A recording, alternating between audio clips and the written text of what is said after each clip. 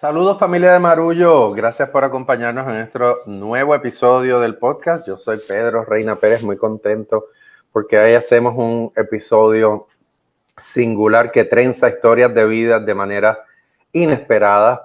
Le doy el saludo fraternal y afectuoso a mis socios en esta encomienda, doña Ana Teresa Toro y Ortiz y don Silverio Pérez.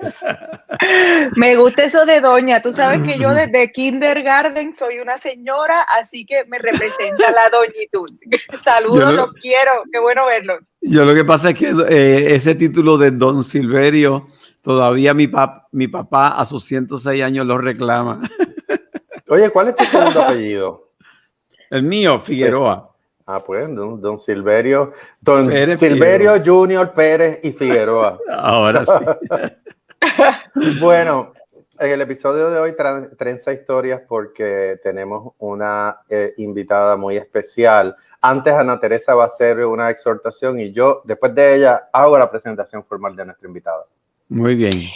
Sí, primero gracias a todos y a todas por acompañarnos en otro episodio más de Marullo. Yo espero que estemos acompañándoles en una caminata, fregando los platos, limpiando la casa, en el carro, reflexionando, descansando antes de dormir, mientras se bañan en algún lugar que estemos haciéndole compañía, en algún avión, quién sabe si ya han retomado algún viaje. Y para todas esas personas que nos han apoyado, además a través de la plataforma de Patreon /Marullo, queremos darles las gracias e invitarles a los que aún no lo han hecho a que se integren en las distintas formas que tienen disponibles para apoyarnos. Marullo es un podcast gratuito y lo seguirá haciendo, pero queremos crecer, queremos hacer libros, eventos, actividades y para eso la aportación de ustedes es fundamental. La gente que nos apoya en Patreon recibe además una revista que nuestro equipo de producción va preparando con todos los textos, columnas, análisis y demás escritos que trabajamos los cuates, nosotros tres a lo largo de las distintas semanas, y también reciben contenido adicional, que es una sobremesa que siempre tenemos al finalizar cada episodio, y estoy segura que la de hoy en particular va a estar muy buena, porque yo estoy súper entusiasmada por este episodio, que yo creo que va a estar lleno de memoria, de luz, de alegría y de hermandad latinoamericana. Así que con eso los invito a que nos apoyen. Patreon /Marullo, Patreon /Marullo. Muy bien, pues da la casualidad que, como ustedes saben, una de las productoras ejecutivas de este podcast se llama Elsa Mosquera Sterenberg. Elsa, algunas personas lo saben y otros no, porque ella es bilingüe y se mueve con mucha soltura. Es original de Cali, Colombia. Yo digo que ella es borincaleña porque llegó aquí muy joven, se abrazó a este país y cuando va a Colombia le dicen que es puertorriqueña.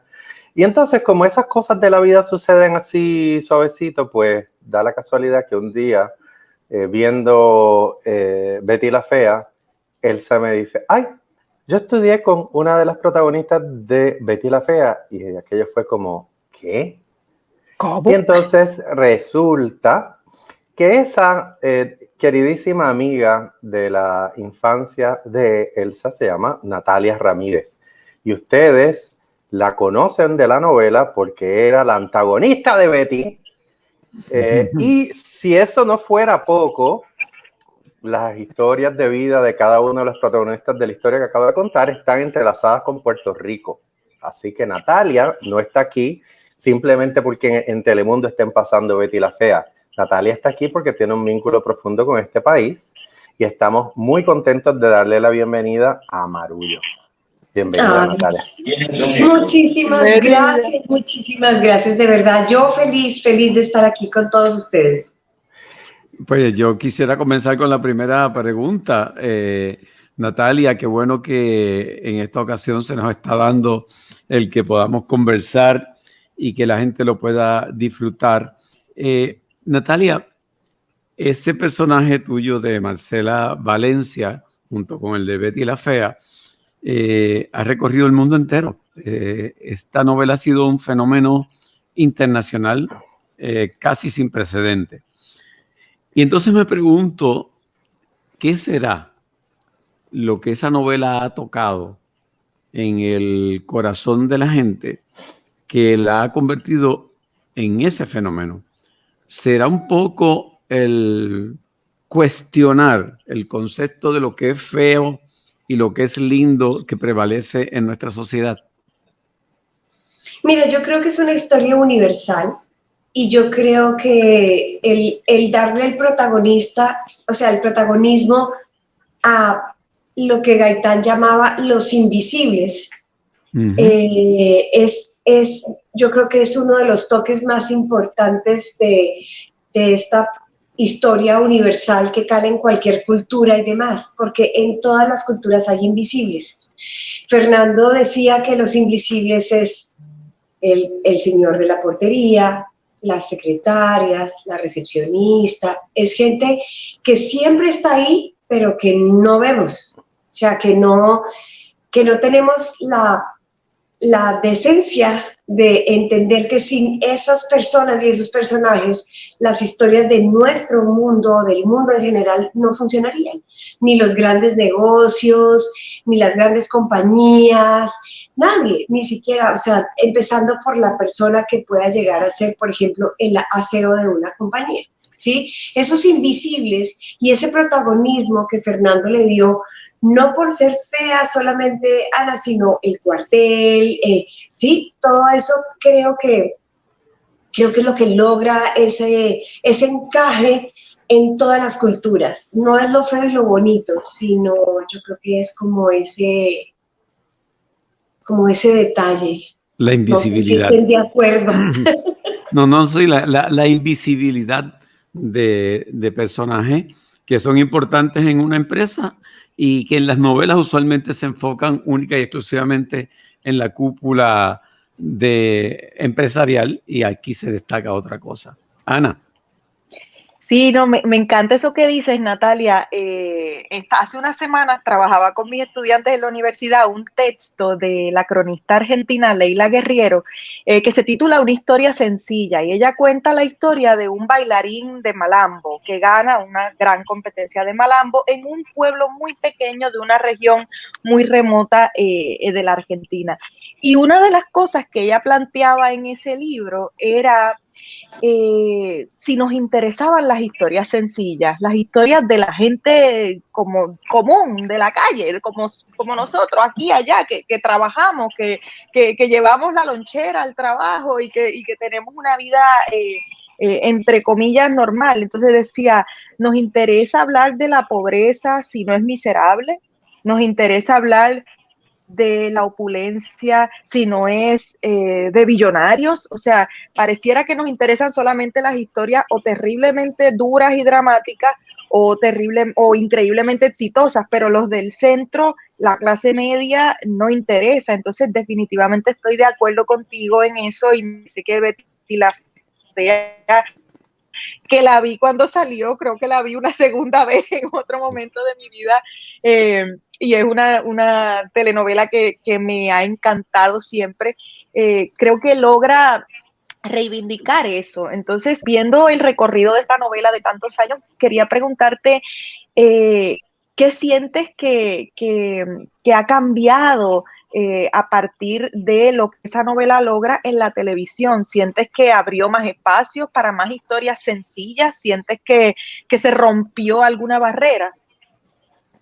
Bueno, yo creo que indiscutiblemente sí abrió un antes y un después. Solamente, por ejemplo, el hecho de cambiar el detalle y que la protagonista fuera fea, porque si ves, sigue siendo la historia Cenicienta. O sea, sigue estando los malos, sigue estando los buenos, sigue estando, sí, el aspiracional, pero creo que se rompió, digamos, un antes y un después, y ese paradigma de muchas cosas. Yo creo que eso fue maravilloso.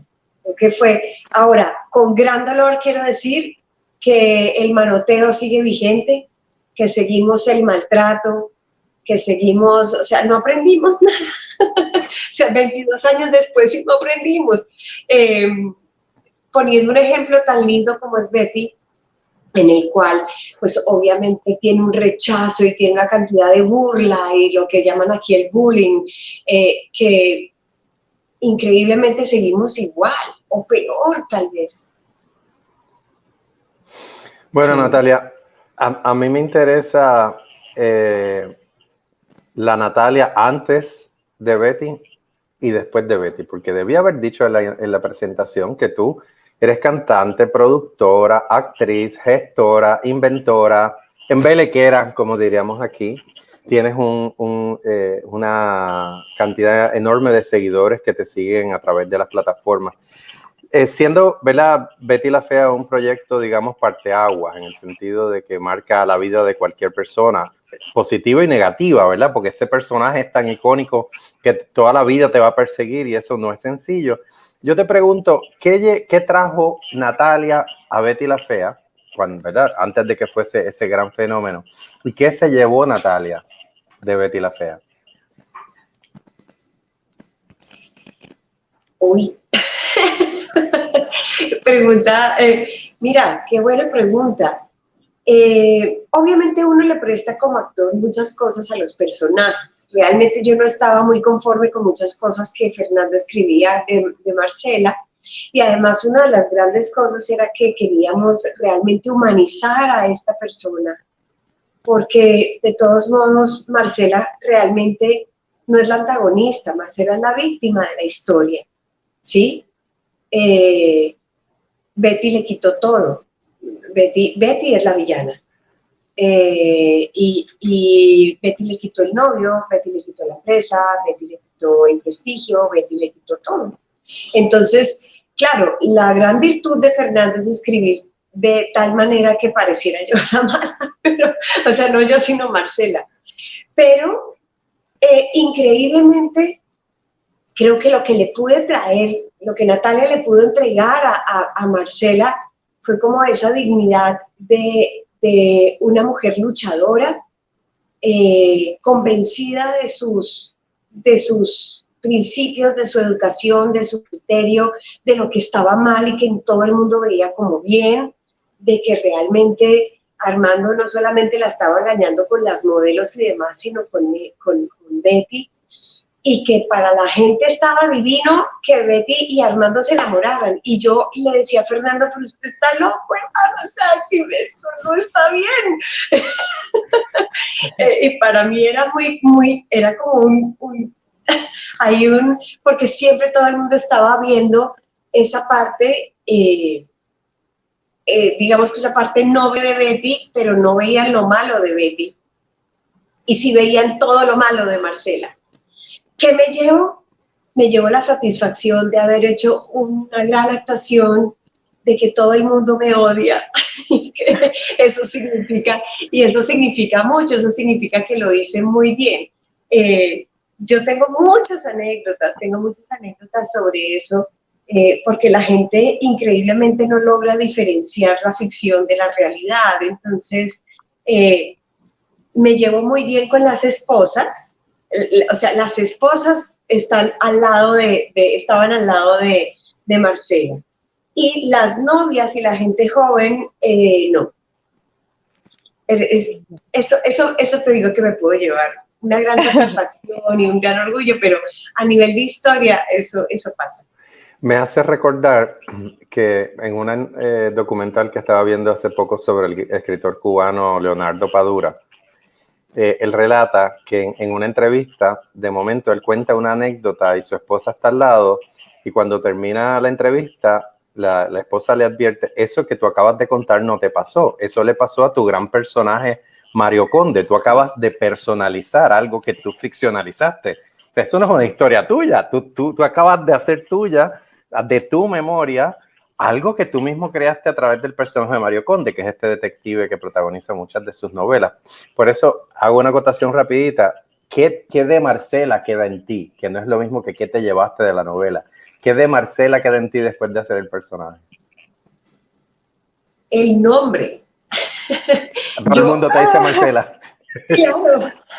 Sí, y es más, yo volteo, que es lo peor. Lo peor no es que me digan Marcela, lo peor es que yo volteo. O sea, Marcela, y yo hago...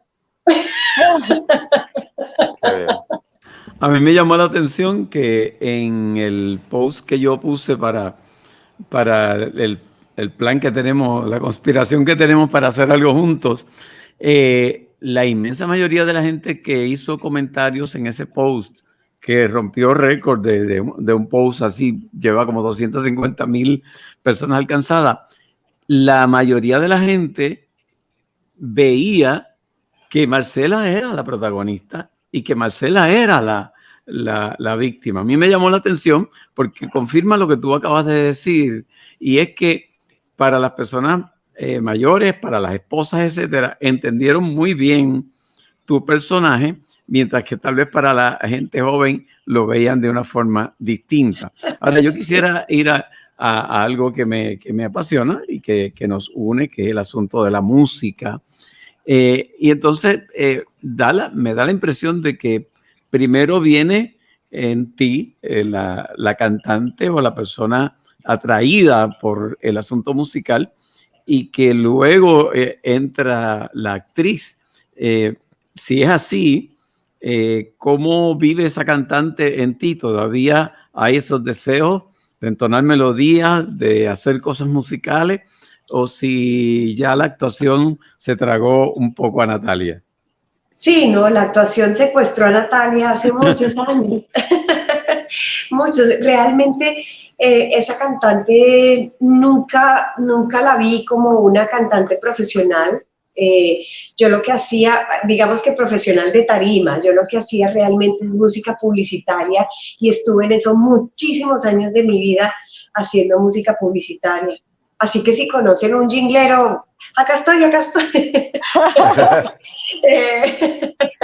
Que eso es lo que realmente me encantaba, o sea, me encantaba. Hace 1000 años no lo hago, pero lo hice como por 11 años de mi vida. Entonces, desde que estaba muy pequeña, además, me la pasaba en los estudios de grabación de los jingleros. Después de que salía del colegio, me dejaban razón en casa y yo salía corriendo para los estudios y hacer tareas debajo del piano mientras que terminaban los músicos de tocar, que en esa época se hacía así, se grababa la base al mismo tiempo y luego se metía instrumento por instrumento, y nosotros las voces eran lo último que ponían. Y esa parte musical fue la que me llevó a la actuación. Increíblemente, el canal, que ahora es un canal, en ese entonces era una productora porque los canales eran del Estado. Estamos hablando de 1982, perdóname, 1987. Esta productora necesitaba una persona que cantara y que actuara, y en ese momento pues yo cantaba todo lo del canal, toda la música publicitaria del canal. Así que me invitan a hacer una audición y me la gané. Y fue mi primer protagónico. Yo cantaba muy lindo, pero actuaba muy feo. Uy, Dios mío, pobre gente. Sí, no, me ha encantado escucharte, Natalia, también pensando en el momento particular que estamos viviendo, donde hay tanta polarización, donde pensamos que todos somos buenos o malos, o amigos o enemigos, y tu personaje, a mí me encantaba ese arco, sobre todo en eso, cómo ella se desdobla al final y uno la ve enfrentándose a la vida desde otra perspectiva, o sea, teniendo un arco bien poderoso. Hay un desarrollo, vemos el cambio de Betty físicamente, pero el de Natalia es un cambio espiritual. Entonces, digo, el de Marcela, ay Dios mío, esto ya me enredé yo, es un cambio espiritual, y entonces eso es algo que me parece que tu trabajo nos va a regalar siempre, la posibilidad de ver la gente en toda su dimensión, en toda su complejidad. Pero pensando también en las dimensiones de Natalia, yo creo que todo el mundo tiene muchísima curiosidad porque nos cuentes acerca de tu relación con nuestra isla, tu relación con nuestro país, cómo se da ese vínculo que nos ha traído a este encuentro que tenemos hoy, que nos da tanta alegría. Pues mira, es que casualmente yo conozco a este personaje justo antes de empezar las grabaciones de Betty. Yo conozco el amor de mi vida en Miami, en la casa de un amigo en común, y sin decir mentiras ni nada, él me abrió la puerta, yo me quedé mirándolo y yo dije, yo me voy a morir con este hombre. Wow. Y así, pero yo lo vi y me quedé, no puede ser, ¿qué es esto? El corazón me hacía, y yo, creo que me equivoqué porque se supone que él no me iba a abrir la puerta, yo no sabía que él estaba allí. Y ahí lo conocí y él es un puertorriqueño que obviamente tiene toda su familia acá y por eso es mi vínculo, porque hace 22 años lo conocí y nunca más nos volvimos a separar. Y entonces vienes mucho acá. ¿Qué te gusta de nuestro país? Hay obviamente una hermandad con Colombia que es natural y además por la parte caribeña también. Pero cuéntame, ¿qué te ha dado nuestra isla? ¿Cómo se te ha metido en el cuerpo? Mira, me ha dado muchas satisfacciones. Nosotros siempre veníamos aquí aproximadamente de 3 a 4 veces al año. Y todo el tiempo me encanta, la hemos recorrido, una de las cosas más lindas que hemos hecho con mi esposo, o que mi esposo ha hecho conmigo, es llevarme a conocer la isla, llevarme a diferentes lugares. Tratamos, por ejemplo, los fines de semana con mi suegro de ir a diferentes sitios para conocer, y realmente las distancias no son tan grandes como para que no podamos ir, mirar y volver. Creo que tienen un país tan rico, tan maravilloso, tan lleno de amor, de gente tan alegre, de que sin importar las circunstancias, han dado muchas lecciones, o sea, me han dado muchas lecciones. Tienen un clima que a veces puede ser terriblemente devastador, y cómo se han levantado cada vez que algo malo sucede. Todo lo que pasó por María, todo lo que pasó con Irma. En Irma nosotros estábamos aquí, logramos salir antes de que llegara María, pero mis suegros se quedaron acá, luego pudieron salir a Estados Unidos porque se quedaron sin agua, sin luz, ellos estaban ya muy grandes, entonces pues tenían pero creo que ese espíritu increíble de colaboración, de salir adelante, de alegría, de fiesta, que no importa el famoso ay bendito, o sea, son cosas que me llevo siempre y que tengo como una alegría muy grande. Infortunadamente mi suegra nos dejó el año pasado y por eso estoy viviendo acá, porque hace ya un año vinimos a estar con mi suegro, que ya también, que tiene 94 años, entonces estamos acá muy juiciosos cuidándolo y compartiendo con él. Hubiéramos querido hacerlo antes y ya habíamos pensado, o sea, como 3 años antes, venir y habíamos estado con mis padres todo el tiempo, y ahora lo que estamos haciendo es al contrario. Pero me han recibido con los brazos abiertos, ha sido muy lindo, ha sido una experiencia hermosa, amo la playa, el mar, los lugares, la gente, la comida, por Dios, ustedes comen muy rico.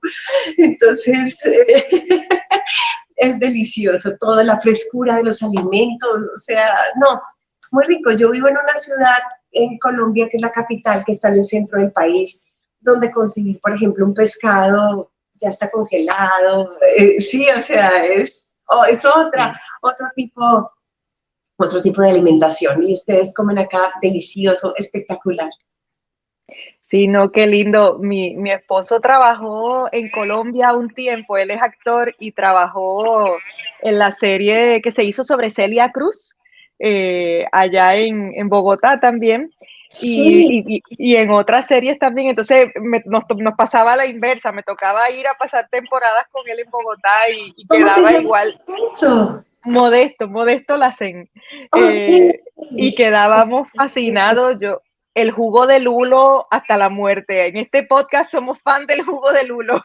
Yo también, yes. Y de Curuba. ¿Y cómo se hizo para traer de contrabando? No hubo contrabando. Tomábamos allá en cantidades obscenas y vergonzosas, pero había que apertrecharse. ¿Y qué tal la granadilla? Brutal. Sí, la verdad es que hay muchas frutas en Colombia, sí, también. Sí. Pedro, estás en mute. Que Ahí conste, está. hay lulo en Puerto Rico. Yo he comprado, no es común, la gente no lo conoce, pero le voy a dar un anuncio gratuito a nuestros amigos de Produce. Yo he comprado lulo varias veces a través de Produce. Debo decir que son unos lulos chiquitos comparados con los lulos que yo he visto en Colombia que parecen coco. Pero Bueno, hecha esa salvedad, no, yo en Cali he visto lulos bien grandes. Pero es que Se qué tal la consigue lulada y que se hace. es un jugo exquisito, así que si usted lo quiere hacer, se prepara como la parcha, le saca la pulpa, la pasa por la licuadora, luego la pasa por un colador y la sazona como le dé la gana. Buenísimo. Pero yo te tengo otra receta si estás en Cali, porque se Ajá. llama lulada. Y es que Claro. tú le sacas la pulpa, la cortas en pedacitos, pones un Lulada, vaso una con lulada. hielo, la lulada, le echas limón, le echas azúcar, agua y con una cucharita empiezas a comerte el agüita y la pulpa y el limón y la... Es espectacular la lulada. Qué rico. Natalia, te quiero preguntar de lo que te ocupa ahora, ¿verdad? Porque han pasado tantos años después de Betty la Fea y sé que has estado produciendo para teatro, has estado actuando en teatro, tú te mantienes muy activa. ¿Qué estás haciendo ahora mismo? ¿Qué proyecto estás realizando creativo que puedas compartir con nosotros? Bueno, mira, cuando justamente empezó la pandemia, marzo 13, yo estrené una obra de teatro que es de Fernando Gaitán que se llama El Libro en Rojo y en marzo 15 el mundo cerró. Eso se quedó guardado en una bodega, pero estamos con los así muy expectantes a poder moverla, traerla, porque ya se está empezando a mover nuevamente el teatro y la parte teatral y yo aspiro que en el mes de septiembre ya podamos estar pues con muchos cuidados, pero si nos subimos en un avión, no sé, 130 personas en una cabina, sí, con mucha protección, pues ya podríamos empezar a estar con mucha protección también en los teatros. Creo que puede llegar a ser una avanzada. Yo desarrollo multinivel también y lo estoy desarrollando aquí en Puerto Rico con un grupo que ya estamos creciendo muy importante que se llama, es una empresa que se llama Nuskin. Tenemos productos de belleza y de cuidado de piel y de salud. Y armo los equipos en diferentes países del mundo para desarrollar los multiniveles, porque además es una manera de tener ingresos extra en un momento en donde todo es virtual y este negocio es 100% virtual. Entonces, desarrollo ese negocio hace más de 6 años con mi esposo y poder desarrollarlo y abrirlo aquí en Puerto Rico realmente fue maravilloso y es una bendición también, porque ayudas a muchas personas que justamente están perdiendo sus trabajos, cerrando sus negocios, ¿sí? Empresarios, gente visionaria que puede ver la magnitud de este negocio, de poder hacer este negocio en 55 países sin tener que salir de tu casa. Oye, pues eso me permite revelar algo, Pedro y Ana Teresa, que quizás ustedes no conozcan, y es que mi primer vínculo con Colombia fue a través de un multinivel. ¿Sí?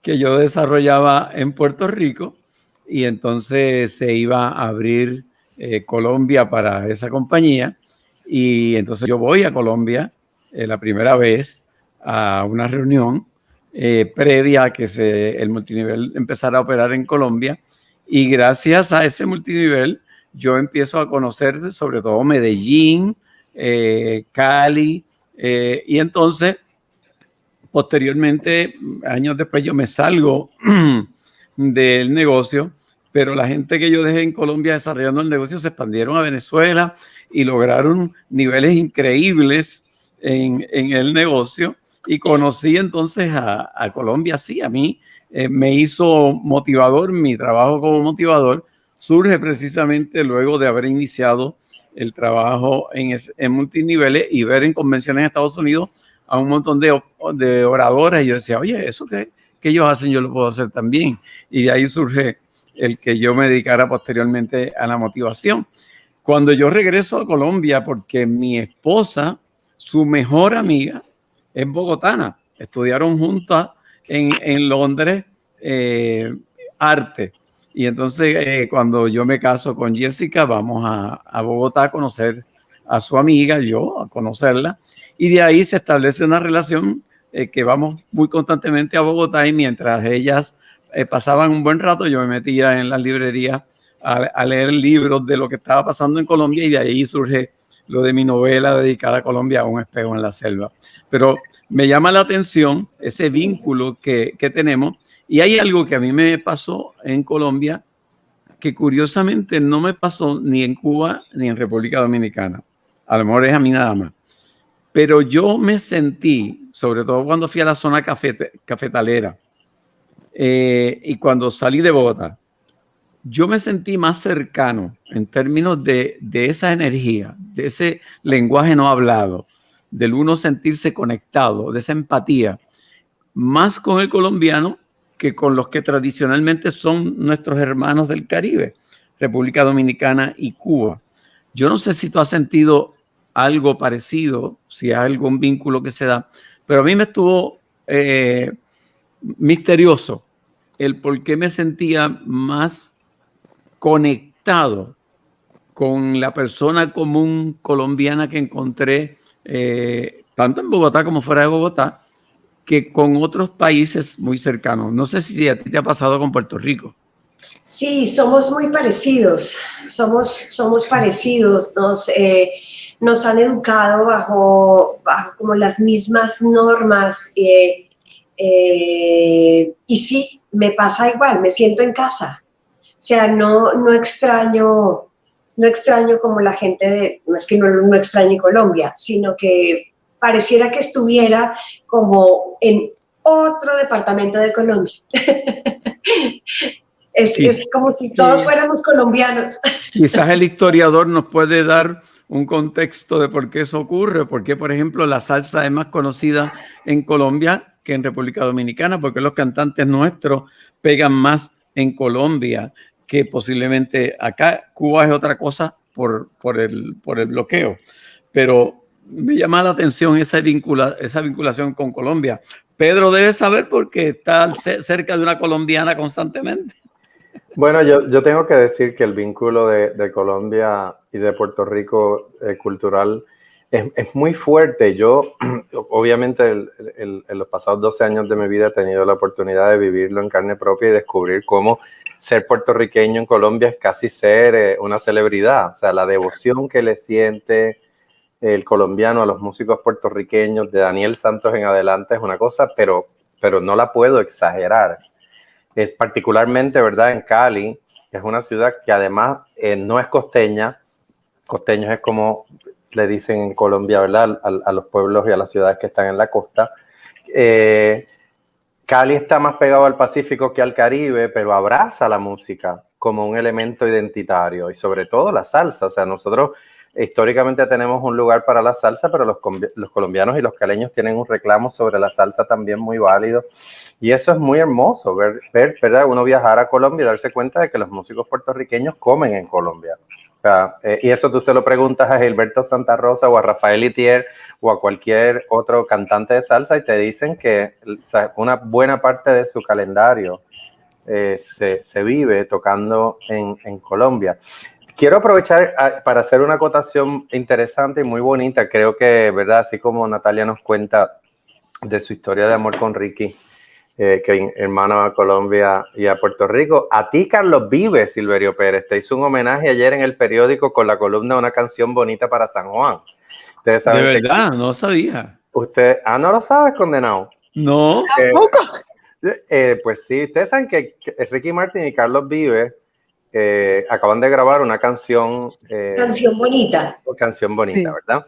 La canción es hermosa y parece que alguna gente le hicieron una crítica a Carlos Vives, una crítica completamente ignorante de que él venía a Puerto Rico a aprovecharse para hacer mercadeo, sin saber que Carlos Vives se casó, estuvo casado con una mayagüezana y tiene 2 hijos de ese matrimonio. Eso es así. Carlos así. Vives ha hecho una columna en El Nuevo Día de ayer que se llama Una canción bonita para San Juan, y ya que tú no sabías que él te hizo el homenaje, él narra cómo fue su vida desde que llegó a San Juan en 1987. La columna es hermosa y larga, pero él hace el repaso de todos los canales de televisión por los que pasó y dice de ti lo siguiente. Vamos a ver. Conocí muy de cerca también, este es el párrafo donde te menciona, conocí muy de cerca también a otra figura inolvidable, José Miguel Agreló, Don Cholito, el que iniciaba su programa diciendo encabulla, vuelve y tira. También muy cariñoso y buen conversador. Entré por la cocina con el cariño de Luisito Vigoró y su familia. Silverio Pérez no desaprovechó mi buen sentido del humor para invitarme de vez en cuando a sus rayos gamma. Eso es así. Y no solamente eso. Termina diciendo, estuve en la bicicletada de Pacheco, me gané el cariño de los Muñiz y la suerte de actuar con Tommy en sus comedias y no olvido que disfruté mucho ver su película Lo que le pasó a Santiago. Así que busca la columna, querido. Wow. Qué bien. No, yo hice un especial exclusivamente para Carlos Vives porque cuando él llega a Puerto Rico, Natalia, la gente lo conoce por el Gallito Ramírez, por la novela El Gallito Ramírez. Y entonces cuando pasa a Guapa con otra novela que venía, que era de una mayor envergadura, yo tenía un programa en Guapa Televisión y entonces de Guapa me dice, invítate a Carlos Vives a tu programa para que lo demos a conocer, porque Gallito Ramírez se pasaba por el Canal 6. Okay. Y entonces a mí se me ocurre hacer un especial con él y nos fuimos a una isla del Caribe y ahí hicimos todo como una especie de novela cómica. Hicimos un especial sobre Carlos Vives que fue maravilloso y en ese especial, Pedro, cantamos él y yo el bolero de Mastro Piero del grupo Lelutier. El calzoncillo blanco. Así que hay unos vínculos con Colombia y con los colombianos muy, pero que muy cercanos, que qué chévere que ha surgido aquí. Yo quisiera... un poquito sin que develemos totalmente la historia, que en algún momento será, yo me imagino que hasta una novela, de tu vínculo con Elsa, con nuestra productora, porque estudiaban juntas y después, años después, es que se encuentran. Cuéntame de eso.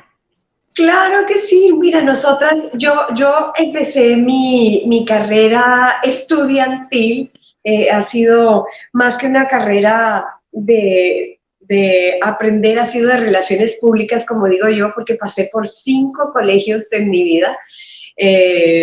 Entonces empecé en el colegio alemán, luego entonces ahí fue donde yo conocí a Elsa. Yo entré en cuarto de primaria, de elemental, al gimnasio Iragua, donde estaba Elcita estudiando, y ahí nos conocimos y amor a primera vista. Realmente fue maravilloso, estuvimos cuarto, quinto, bueno, que ahora es sexto, séptimo y octavo, o sea, estuvimos 5 años compartiendo todos los días de nuestra vida, porque además, si yo no estaba en su casa o ella no estaba en la mía, si yo no dormía en su casa o ella dormía en la mía, los fines de semana íbamos a su finca, o sea, era realmente, pero así, y éramos 3. Era María Cecilia Botero, Elcita y yo. Pero un día la vida nos separa y bueno, no me volví a encontrar con ella hasta hace una semana, 10 días. Y habían pasado 37, 40 años, ¿qué? 41 años sin vernos. Y es como si no hubiera pasado un solo día, de verdad. Los 40 años la extrañé un montón. Igual la busqué también mucho. Y yo sé que ella también me buscó mucho. Y me da mucha emoción porque de verdad es una súper, pero súper amiga. ¡Qué hermosa! Debe estar Esmelena llorando. Ah, sí. Debe estar Esmelena llorando. Esa es de lágrima fácil, Natalia. Ella es de lágrima fácil. Sí, no encuentro forma más hermosa de cerrar esta entrevista contigo. De la emoción se nos congeló, Ana Teresa. No, Ay, aquí estoy. Sí, no, que quería cerrar esto con esa frase tan linda, esa historia tan linda que nos compartes, porque no hay proyecto posible que no pase por la vía de la amistad. La amistad es el gran valor humano que debemos seguir fomentando. Yo tengo una gran amiga colombiana, se llama Natalia Algarín, que pertenece al equipo de Ágora. La conocí gracias a la Fundación de García Márquez. La en gran Natalia Cartagena. Algarín, La gran Natalia, sí. Y espectacular. ese amor por tu país y también ese amor por los amigos y las amigas donde quiera que estén y a través del tiempo, yo creo que esa es la base de cualquier proyecto de país, de familia, de comunidad, de ciudad. Así que gracias por regalarnos esa historia, gracias por regalarnos tu tiempo. Estamos emocionados, agradecidos y bueno, apostarle a la amistad. Yo creo que quedarnos con eso sería la gran cosa. Yo voy a declarar que el diván rojo hay que hacerlo en los teatros en Puerto Rico tan pronto haya la posibilidad. Así es. Eso queda declarado. Eso queda declarado. Y no te preocupes que si no se da, lo hago en una carpa, donde sea. Muy bien. Gracias, Natalia. Muchas gracias, muchas gracias, muchas gracias a ustedes. De verdad, gracias, gracias. Gracias, Ilcita. Gracias, Pedro, gracias. Usted, de verdad, como si los conociera de toda la vida. Qué bueno. Nosotros vamos por una sobremesa. No se vayan, de nuestros amigos de Patreon, que vamos a estar. ¿Qué es lo que vamos? Don Silverio Pérez y Figueroa tenía una recomendación para sobremesa. Sí, mi recomendación era que habláramos de nuestras experiencias novelescas. ¿Qué novela, si alguna, te ha atado, te ha agarrado así? ¿Y qué decía esa novela de la época en la que te ató de esa forma tan particular? ¿Tú Muy fuiste bien, pues, novelero? yo, chacho, pegado a mi abuela, pasé toda la infancia viendo la novela del mediodía con mi abuela. Vi novelas venezolanas de Radio Caracas Televisión, una cosa bárbara. Todavía a veces me acuerdo de La Usurpadora, versión original en blanco y negro. Cristal. Sí, eso era punto fijo, ver la novela después del mediodía. En fin, abrazos, Natalia, muchas gracias. Gracias a Sheila Lee Rodríguez, que es nuestra directora técnica, Ana Inés Juliaya, Jorge Vázquez, que son nuestros encargados de contenido, a Elsa Mosquera Sterenberg y a Beba Rivera Rodríguez, que son las productoras ejecutivas, a Guarionex Morales por la música, Lidimari Aponte por el diseño y a Javier del Valle por la fotografía. Yo soy Pedro Reina, me despido. Esto es Marullo. Marullo.